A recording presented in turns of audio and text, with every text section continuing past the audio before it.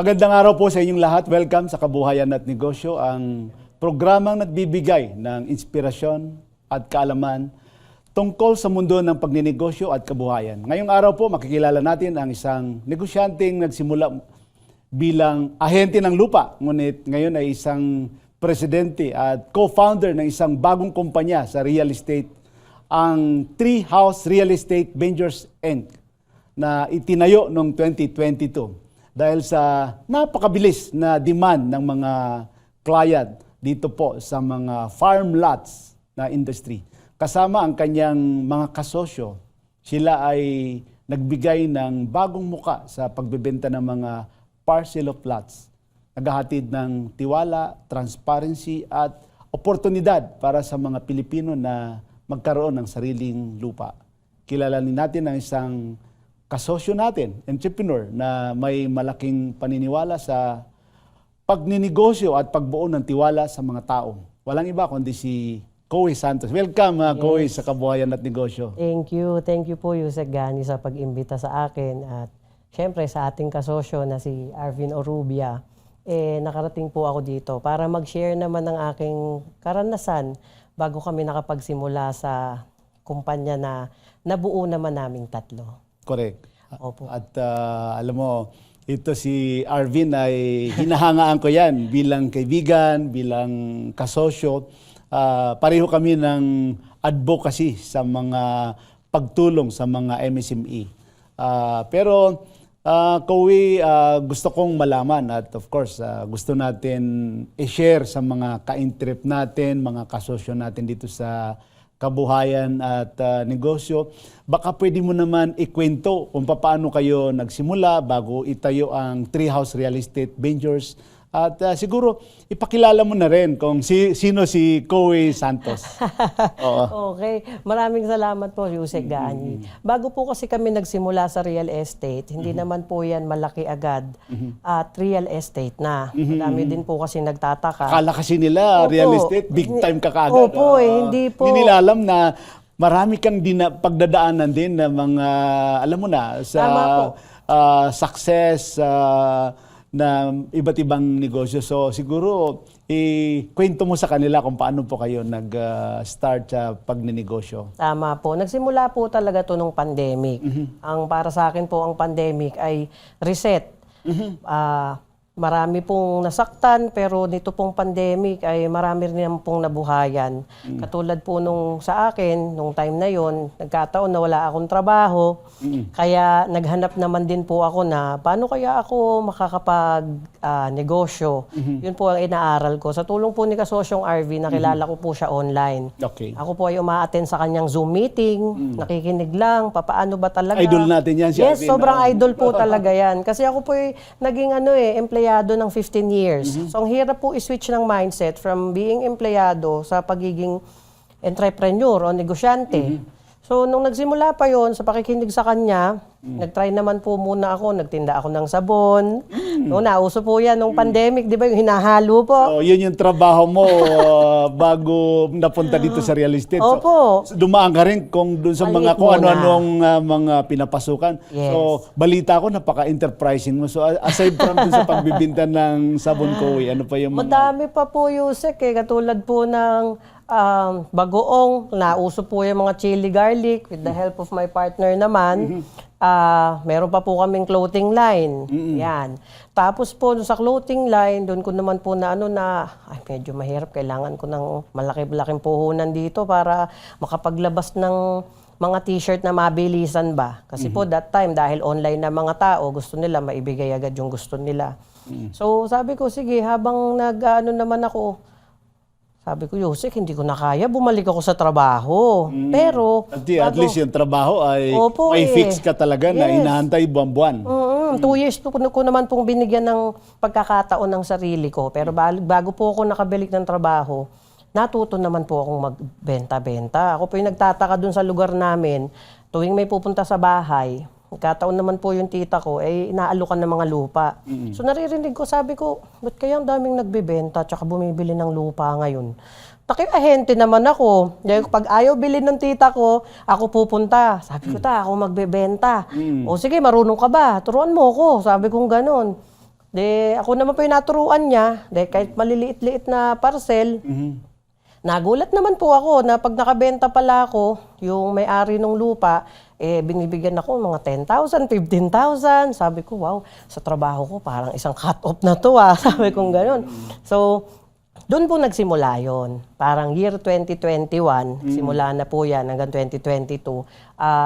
Habang nagtatrabaho po ako sa gabi, pagka naman po umaga, So out habang ako. nagbebenta ka ay hindi mo Bumalik po ako sa iniwanan trabaho. yung Hindi po trabaho mo. Oo. Opo, kasi hindi naman po ganun kadami yung lupa na pwedeng ibenta agad-agad. Tsaka hindi naman po yun pag kinausap mo yung tao, bibili agad. So kailangan ko po rin po ng pang-sustain naman para sa sarili ko, di po Opo, ba? opo. So sa gabi po, nagtatrabaho ako, bumalik ako sa BPO. Tapos sa umaga, yung mga nakausap ko habang nakalagin ako sa BPO, kikitain ko naman pag umaga, gusto nyo po ba tignan yung lupa? Ganyan. So year 2021 hanggang 2022 po yun. Hanggang, ayan, may nakilala na nga po ako na pwede naman namin gawin pala na kami na mismo ang gumawa ng inventaryo ng lupa na papunta doon sa yung maliliit na naging 2, naging 3, mga ganyan lang po. Tapos, nung nakita ko talaga, sabi ko pa, kami nakakatakot, medyo malaki-laki na itong namin 1,000 square meter, hatiin namin yan. Ano to mga farm lots to, itong mga binibenta May nyo? farm lots po, may So, residential yun, na. So yun talagang nakapagbigay sa'yo na inspirasyon na nakita mo sa tita mo na nagbebenta-benta, nakakabenta. So yun talaga nagbigay sa'yo na inspirasyon na gusto mong gayahin. Yung, Tama po, tama po. Ang kaibahan lang po sa kanya kasi, ang tawag po namin dyan ay one-man team. Kasi siya naman po maisipan lang, o benta, bili, parang nasa buy and sell na po siya. Yung sa akin naman po, nung natutunan ko na paunti-unti pala, pwede tayong makatulong sa mga kababayan natin na prior po pala, ma-share ko lang, Yusek, no? Sabi po nila nung pandemic, maubusan daw po ng pera yung tao. Hindi po, baligtad Parang nagbilihan po sila ng lupa. Hindi Totoo ko yan. Opo, totoo po. Hindi ko nga po alam kung bakit. Doon talaga dumami yung at saka yung appreciation ng lupa no na Opo. biglang tumaas yung Tama value ng po. mga kasi siguro yung mga taga Greater Manila area ay gusto nila dahil hard lockdown gusto nila doon sa mga probinsya kaya Tama po isa kayo siguro dyan. yun sa dahilan na Opo. Kowe no. Opo. So ikaw ba ay lumaki na expose kayo sa pagninegosyo talaga o pinagsipagan mo na matuto ka, madumiskarte o yung mga parents mo ba ay talagang negosyante rin o ikaw ay self-made negosyante? Siguro po, hindi ko po kasi talaga masabing self-made. Kasi pinagmamalaki ko nga po na yung tita ko, nakikita-kita ko na kahit papaano, naggano na ang ginagawa niya. Pero sa pamilya po namin, hindi po kami talaga pamilya ng negosyante. Actually, ayaw niya nga po Kasi ang lumaki kayo talaga corporate. Opo, no? na parang gusto ko matapos ka ng ganito. The normal Yusek, matapos ka ng ganito. Pagtrabaho. Sinunod ko naman po yun. Nasunod-sunod ko lang. Kaya lang nung bago mag-pandemic, umuwi nga po ako doon. Nasabi ko, parang medyo nahihirapan na ako sa nagiging buhay ko dito sa Manila. Pero hindi naman po ako nagre-reklamo.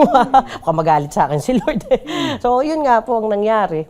Sa buhay na yon, doon ko natutunan na kung ano yung pwede ko pang magawa. Especially po nung nag-pandemic na nga. Tapos, ito na. Sa tulong nga po ni Kasosyong Arvin, yung mga sinasabi niya sa grupo po ba? Di ba nang nasa Zoom meeting, uma-attend ako sa kanya kasi po libre. Talagang at saka free learning. Nakaka-motivate siya. Opo, talaga. Na sa mga aspiring at yung negosyo na negosyo, hindi naman nagiging success story lahat ang mga pagninegosyo. Pero si Kasosyo Arvin ay talagang magaling mag-motivate. Sobra po. Wala ano ba po yung akong pinakamalaking masasabi. hamon na naranasan mo noong nagsisimula pa lang kayo sa ganitong hanap buhay, Kowe? Madami po. Kasi syempre, yung pa isa-isang parsela ng lupa, feeling ko medyo nung naaral ko na kung paano ko siya gagawin, nung medyo tumatalon-talon na ako sa malalaki, syempre po medyo marami nang nakakapansin na parang hindi naman normal na ginagawa yon, especially doon sa lugar namin. na para bang, itong batang to, parang iba na yung ginagawa. Kung ma-share ko lang po, meron pa nga po ako sa pag-aahente sa kagustuhan kong magkabilihan, yung kliyente ko na uuwi na ng Japan, at yung kliyente ko nagbebenta, pasarado na po yung Metrobank, kinabukasan uuwi siya. Kapipilit, denied ko pa talaga yung Metrobank, huwag muna kayo magsara. Nagmakaawa ka pa doon. Opo, para makapag-withdraw yung para client. matuloy yung transaction nyo. Ganun po, pero talagang denied ko yun, Yusek, kasi sobrang worth it talaga. Oo. Talagang 6 digits kasi naman ang naka-figure talaga sa utak ko na Kikitain mo. kikitain ko. Kaya yung pag-dive ko sa Metrobank, talagang hinayaan ko nang magkabukol-bukol ako dyan. Oo. Ganyan. Yan Worth po it yung mga sobrang worth it po talaga, Oo. Yusek. Balita ko noon, pa-isa-isa ka na parcel of land, no? Ngayon, daan-daan na. So, about dito naman sa itinayo nyo na Treehouse Real Estate Ventures, paano nyo ba ito nabuo, itong idea na magtayo kayo ng sarili nyo na real estate company? Opo, nakita ko nga po yung market niyan na mula sa paisa-isa, naging 2, naging 3, naging 5, year 2022. Ngayon po, nung year 2023, na talagang pagbukas po namin ng bago, talagang madami pong kumukuha. Maniwala po kayo sa hindi, Yusek, nung panahon na yun, sa lugar namin, wala pang isang buwan, ubos po yung... Nagsimula naman po kami sa maliit, parang 4,000 square meter, hahatiin namin muna yan sa 4, and then tsaka namin hahatiin ng maliliit na pwede namang maano ng mga OFW, yung mga gusto lang pong magkaparsela ng lupa. Maliit lang naman po ang benta namin, magkaroon lang din talaga sila. Ngayon po nung medyo, syempre umaandar na po ang negosyo, syempre naman, sa turo din po ni Kasosyong Arvin, i-rehistro na natin yan. Para naman... Para maging legitimate Yes, yung... na legit naman yung kumpanya nyo. Tama po. Doon po nagsimula iyon. Pero gusto ko malaman at siguro i-share na rin natin sa mga suki natin dito sa Kabuhayan at Negosyo, bakit itong itinayo mo na kumpanya, pinangalan mo na Treehouse, bakit ito ang napili mong pangalan para sa first real estate company na Opo. tinayo nyo? Siguro po dahil 3 kami. Hindi po, sa partner ko po yun kasi sa page niya. Prior po kasi sa kumpanyan to, yung page nabuo na po namin ng 2020.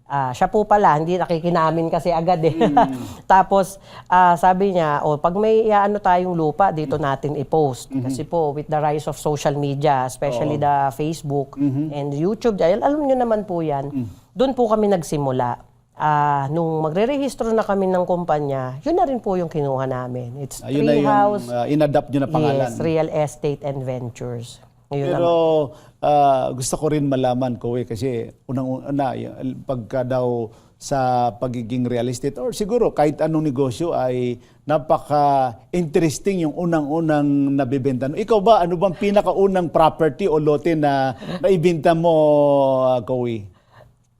Doon po yun malapit lang sa lugar namin. Kasi po, And I'm sure memorable sa iyo to. memorable po ito. Bukod sa pag-aari po to ng pinsan ko talaga, ay gusto ko lang po magpasalamat sa pinsan ko dahil din sa pagkakataon na binagay niya at pinagkatiwalaan niya din talaga ako. Sa totoo lang, talagang nag-uusap lang po kami at alam ko naman po na sila po kasi taga Manila na. Yung lupa po, kami po taga Bulacan So, bihira na po sila umuwi at yung lupa po yung nakatenga lang doon. Kaya yun po yung unang naging market namin, yung mga underutilized po na property na nakatenga lang. Nakatenga, hindi ginagamit. Yes. So, syempre, ikaw, sabi mo nga, ikaw ay nagumpisa na ahente, no? So, Tama po. Nagsimula kayo bilang ahente. So, ano ba yung mga natutunan nyo na nagamit mo hanggang ngayon ay nagagamit mo bilang naging ahente ka at ngayon ay talagang sarili mo yung kumpanya na ginagamit mo sa pagbebenta ng mga lupa? Nako, napakadami po. Pero ang number 1 ko po talagang natutunan, Yusek, itong ganito, yung pakikipag-usap at pakikipag-negotiate sa mga tao. Kasi po, medyo hindi naman po biro at hindi lang piso-piso ang nilalabas ng ating mga kababayan para lang magkaroon ng lupa nila. Sa akin po ay itong pagkikipag-negosasyon, pagkuklose ng deal, at pagbebenta ng vision na alam ko namang patungo din at nakakatulong din sa kanila. Yan po ang malaking factor na natutunan ko sa pagbebenta po ng property.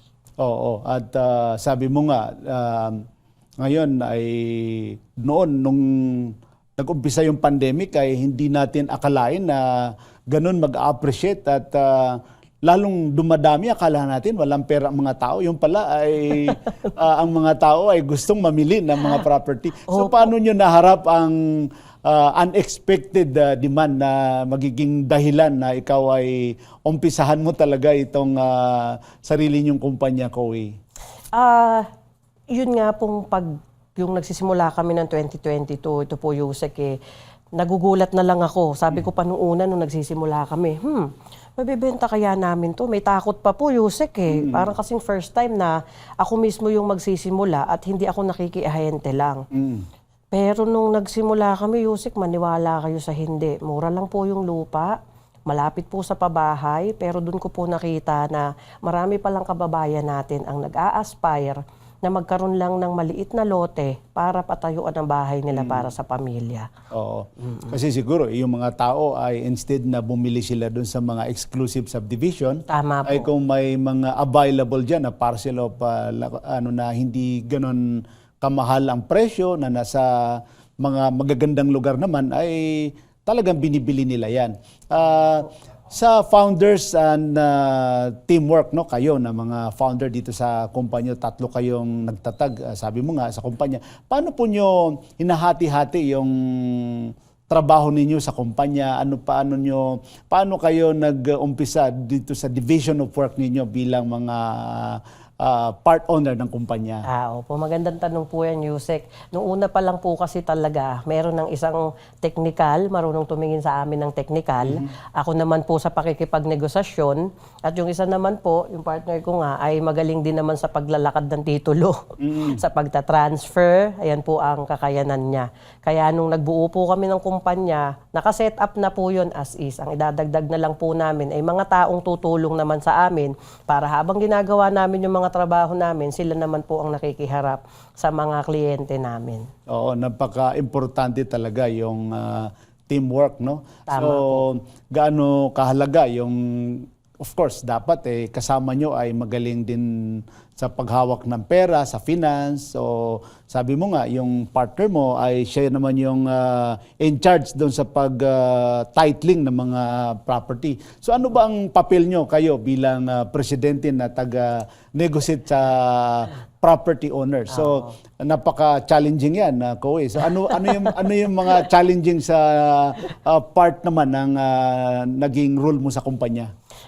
Kasi I need to make sure po na habang ginagawa ko nga at nakikipag-negosasyon ako sa labas is I need to make sure naman na yung office na tinayo namin at kaming 3 ay nagra-run ng maayos.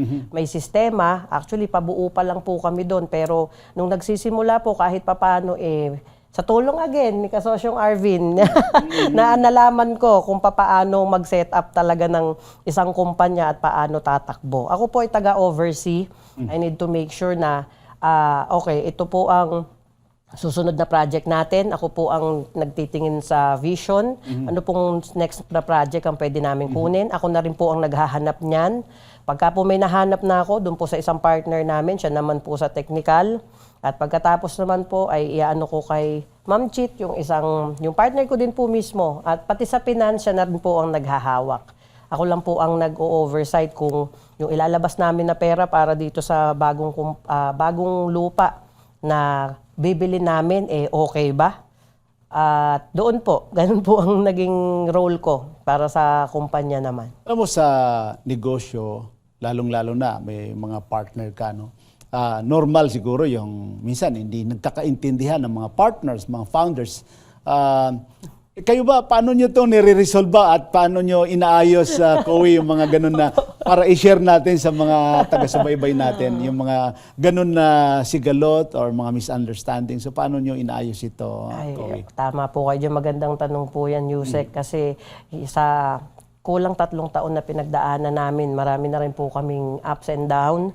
Siyempre, iba-iba po kaming utak, iba-iba pong way kung papaano naman namin mareresolve ang isang problema. May mga pagtatalo po. Pero at the end of the day, Yusek, bumabalik kami lagi kung saan ba kami nagsimula at ano ba talaga ang vision o goal bakit namin natatag si Treehouse. At so far, so good naman po until now, okay naman po kami.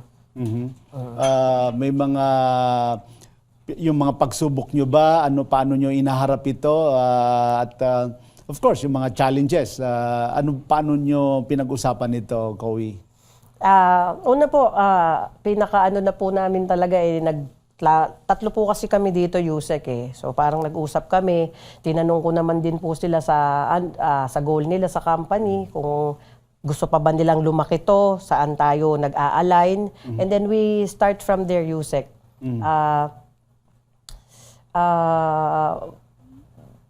Sa sa experience mo, Kowe, no, sa role mo na bilang taga-negotiate, napakahirap yung gano'n na negotiating with property owners. Ano bang mga strategy mo rito? At bago mo sagutin yan, ay magbo-break muna tayo at magbabalik po ang Kabuhayan at Negosyo.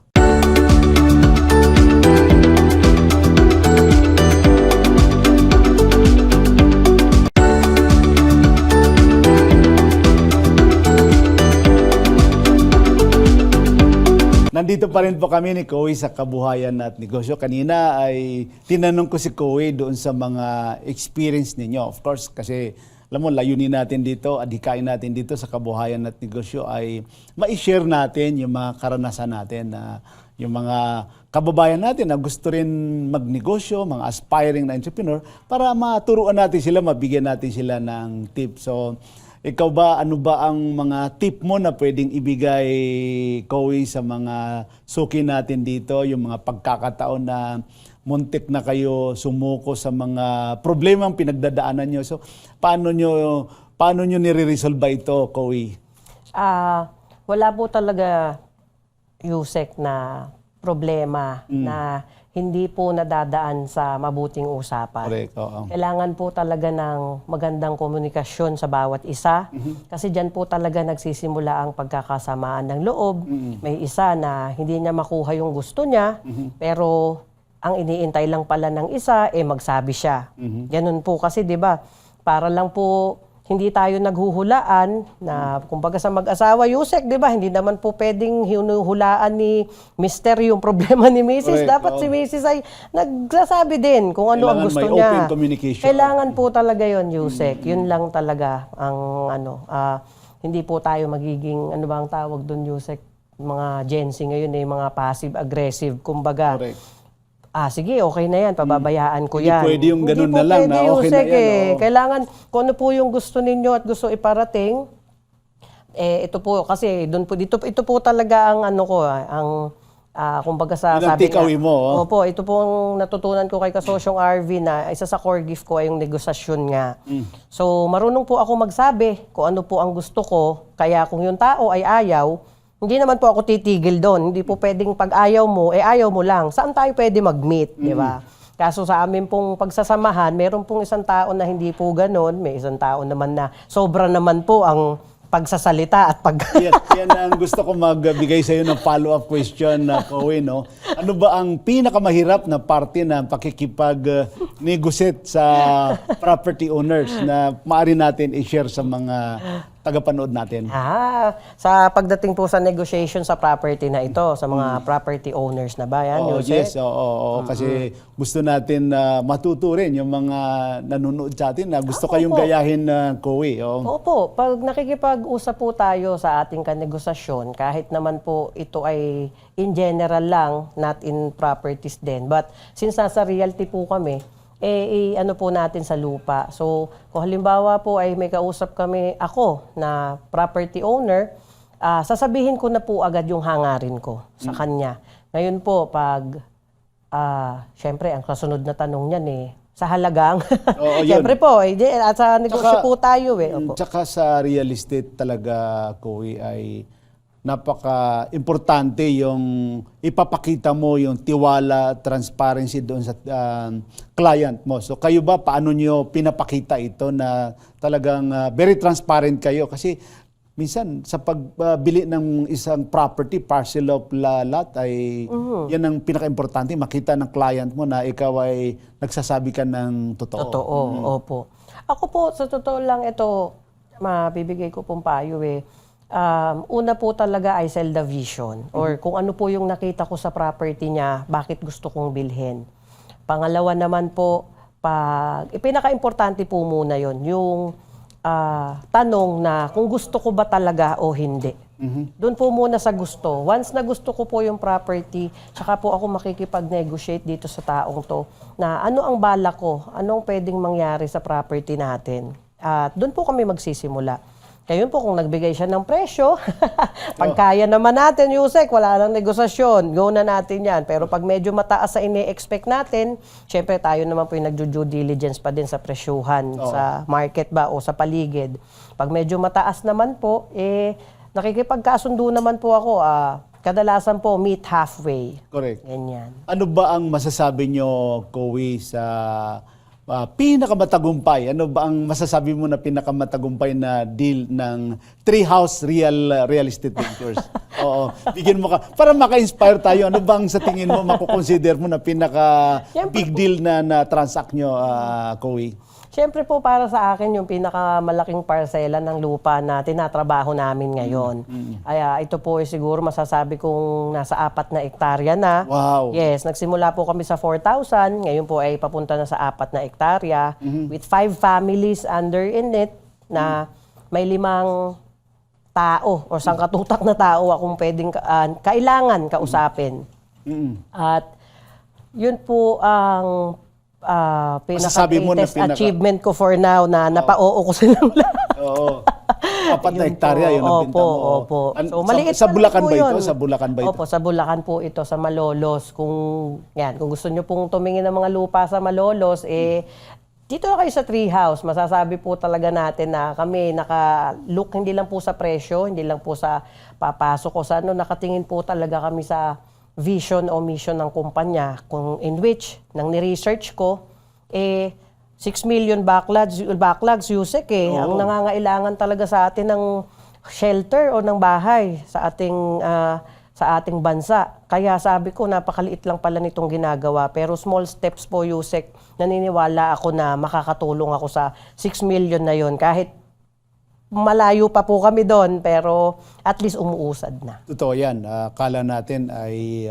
sobra-sobra na or ang dami-dami ng may-ari ng bahay, pero sa totoo lang, napakalaki ng backlog. Sabi mo nga, 6 million backlog na walang bahay ng mga kababayan natin. At napaka-importante talaga na yung ganitong pagninegosyo nyo na-address nyo itong mga, kasi usually ang mga tao ngayon, bumibili na lang ng lupa, sila nang nagpapatayo. Hindi na sila bumibili na sa mga subdivision na mga ready for occupancy. So ano ba ang napaka-importante na natutunan mong aral sa pagiging negosyante dito sa real estate industry? Naku, malaki po, Yusek. Dito ko po talaga napatunayan na minsan po, kadalasan, hindi lang po pala basta sa kikitain tayo titingin. Dapat po talaga may mission tayo na iniisip. At pag nakita natin yon, ituloy-tuloy na natin. Kasi sa real estate po, dito ko po nakita na napakadami po pala talagang problema.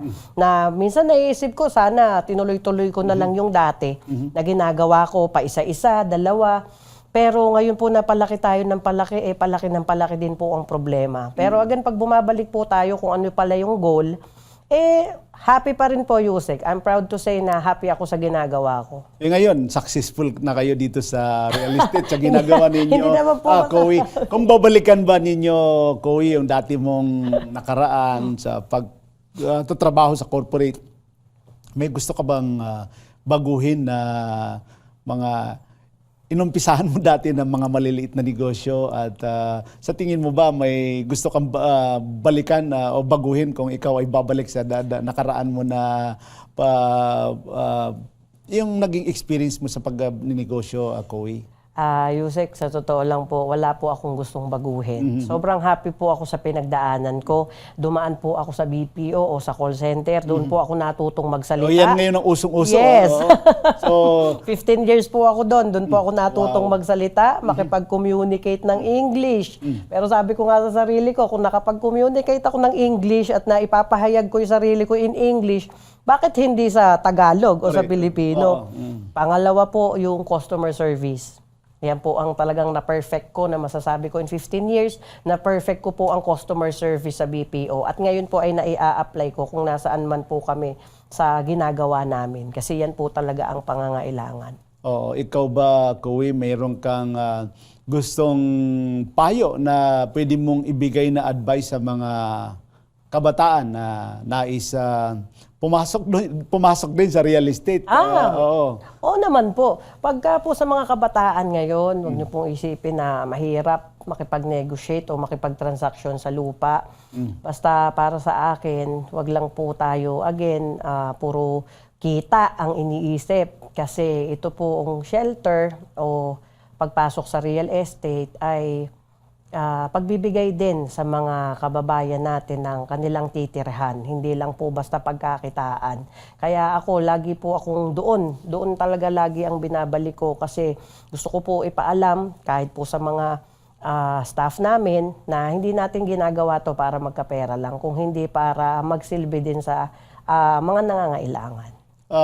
Pag-usapan naman natin, Kowi, ang mga future plan ng kumpanya nyo at baka may mga vision kayo for the next 10 years. Pero bago natin pag-usapan yan, mag-break muna tayo. Magbabalik po ang Kabuhayan at Negosyo. Huwag po kayo alis.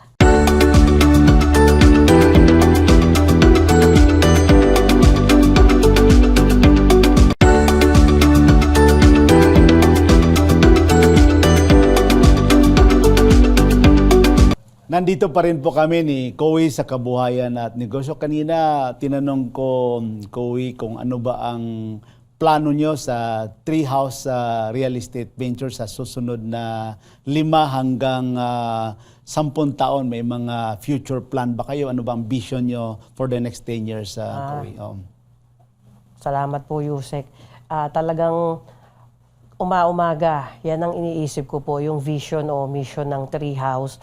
Na sana sa susunod ay makagawa naman kami kasi sa ngayon po ay puro lupa lang kami nag-focus muna dahil gusto ko pong ma-master muna kung ano pong meron dito sa pagbebenta ng lupa. Ang susunod po naman ay kung makakapag-establish na kami ng pagkakaroon na ng bahay at lupa para naman sa mga kababayan natin. Gusto ko rin pong mapagdaanan ni Treehouse yan. At syempre dahil nandito na ako sa circle nila kasosyong Arvin, sa mga kapwa akong negosyante, gusto ko rin pong gumawa ng parang commercial para po sa mga kapwa akong negosyante na mga walang pwesto, doon naman po sila para kung at the same time sa tulong na rin ni kasosyong Arvin nagagabayan din namin yung ibang negosyante na gustong magtayo ng sariling negosyo nila. Bukod po sa subdivision or sa house and lot pa. Oo, so aside from balak nyo magtayo ng mga subdivision at ay gusto mong mag-develop din ng mga commercial, no? Opo, Yusek. Pangarap ko din po yan. Pero one step at a time, di po tayo nagmamadali. Diyan po ako muntik madapa pa sa pagmamadali. Pero one step at a time, Yusek, yun lang talaga. Oo. Kayo ba ay, ano ba ang pangarap nyo, Kowi, para sa mga kumpanya, sa kumpanya nyo at para sa mga kababayan natin na wala pang mga lupain? Ano ba ang advice mo sa kanila na maaari nilang gawin kung sila ay may pera, may naitabi na pera para bumili ng property? Gandang tanong po yan. Magandang ano po yan, Yusek.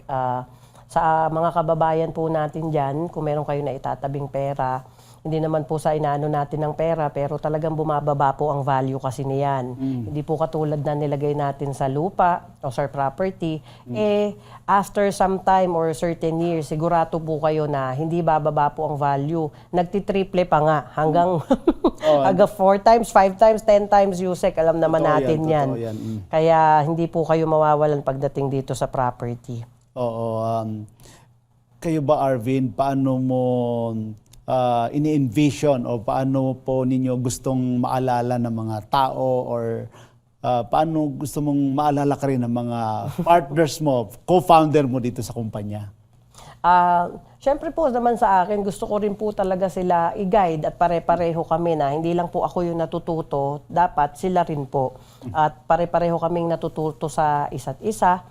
At ito pong kumpanya, again, sana po ay madala pa namin sa mas malayo pa kung saan makikita kami ng tao. Ang slogan po namin, Yusek, we build trust, not just real estate. Oo. Kasi karamihan nga po dito sa Pilipinas, pag nagsimula ng negosyo, hindi ko pa bumba alam, napupunta sa iskaman. Correct. Sa ganyan. Pero sa amin po, as much as possible, yan po ang mga pangako ko naman sa mga kliyente namin na yung pera nyo po, tumutubo dito, kung ano po yung na ipangako namin, i-deliver po namin yan sa inyo. Yun lang po, kasi napakalaking bagay po talaga sa akin, Yusek, ng tiwala.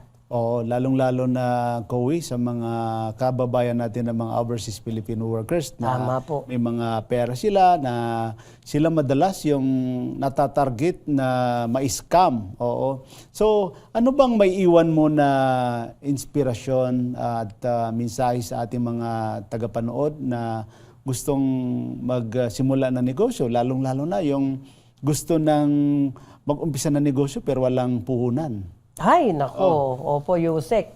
Talagang sa grupo po namin, tumbok na tumbok ni Kasosyong Arvin yan. Makakapagsimula po tayo ng negosyo ng walang puhunan. Contrary po sa sinasabi ng karamihan na kinakailangan mo ng malaking pera para magsimula, hindi po. Kasi kailangan lang natin magsimula ng maliit muna. Dito po sa pinasok ko, serbisyo po ang unang pinasok ko, katulad nga po, Yusek, ng pag-aahente. So hahanap po ako ng taong may produkto o may lupa, hahanap naman ako ng taong may pambili at gusto bumili, pagtatagpuin ko po sila sa gitna. At doon po nagkakaroon ako ng kaunting komisyon na binibigay naman po ng nagbebenta, yun po ang sinimula ko na paunti-unti. Naipon ko po siya para makapagsimula naman ako ng para sa amin na. So sa makatuwid, nasimulan po natin ang negosyo natin ng napakaliit lang o kung ano yung pupuhunan, oo, pupuhunanin. Ito lang po, salita, laway, sabi nga nung iba ng mga naiinggit. Pero hindi po, it takes some time para makuha mo po yun, yung sabi nga, momentum. It takes some time para makuha mo kung paano yung tamang pakikipagnegosasyon at pagbabahagi ng serbisyo mo para sa mga tao. So, yun po muna, maliliit lang po muna, Yusek. One step at a time. Yan po ang lagi kong sinasabi sa sarili ko. Tama-tama dahil ikaw dati sabi nga nagbibenta ka pa isa-isa ngayon. Siguro naka 300 ka na parcel plot na ibenta at siguradong yun na nga yung vision mo na makapagtayo kayo ng isang subdivision or mga commercial na ay napaka-importante yan dahil nakaka-create din kayo ng mga job opportunities sa mga empleyado nyo at mga kasosyo nyo rin na iba. Ikaw ba, ano ba ang parting words mo sa mga kababayan natin na nanonood, na natatakot pa mag-umpisa mag-business? Baka may parting words ka sa kanila, Koy. Opo, Yusek, salamat po. Para po sa mga kababayan naman natin na gustong magsimula ng negosyo, kung ano naman po ang nasa isip ninyo, kung ano yung nakikita nyo, simulan nyo na po yan. Wala pong yumaman o nagkaroon ng serbisyo ng kaiisip. Nabaliw po madami. Pero ang ano lang po ninyo dito sa mga kababayan natin, kung ano po yung naiisip nyo, kahit pagtitinda ng fishball yan, kahit pagtitinda ng kung ano-ano, importante po dito ay masimulan natin ng kahit maliit lang.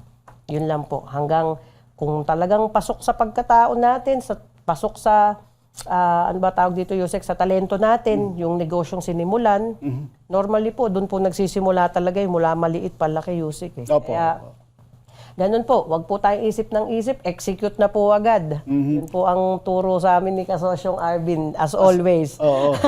Kaya pag may naisip po at kaya naman, execute agad. Totoo yan, oo.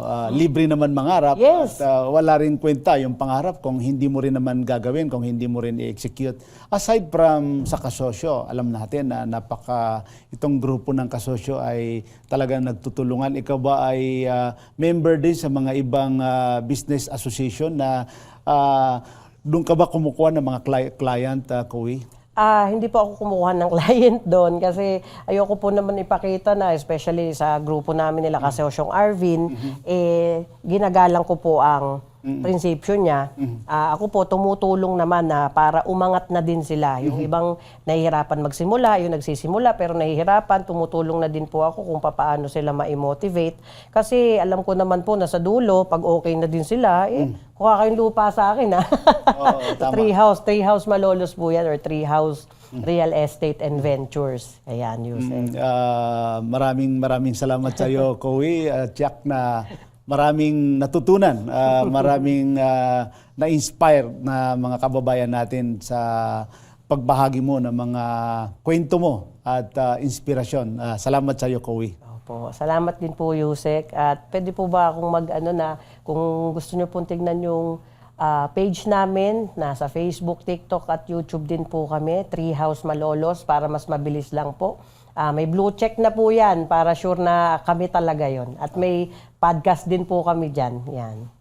Salamat sa iyo, Kowi. At tunay na nakaka-inspire ang iyong dedikasyon na magbigay ng tiwala, transparency at oportunidad para sa mga kababayan natin na makapag-may-ari ng sarili nilang lupa at makapagsimula ng kanilang land investment journey.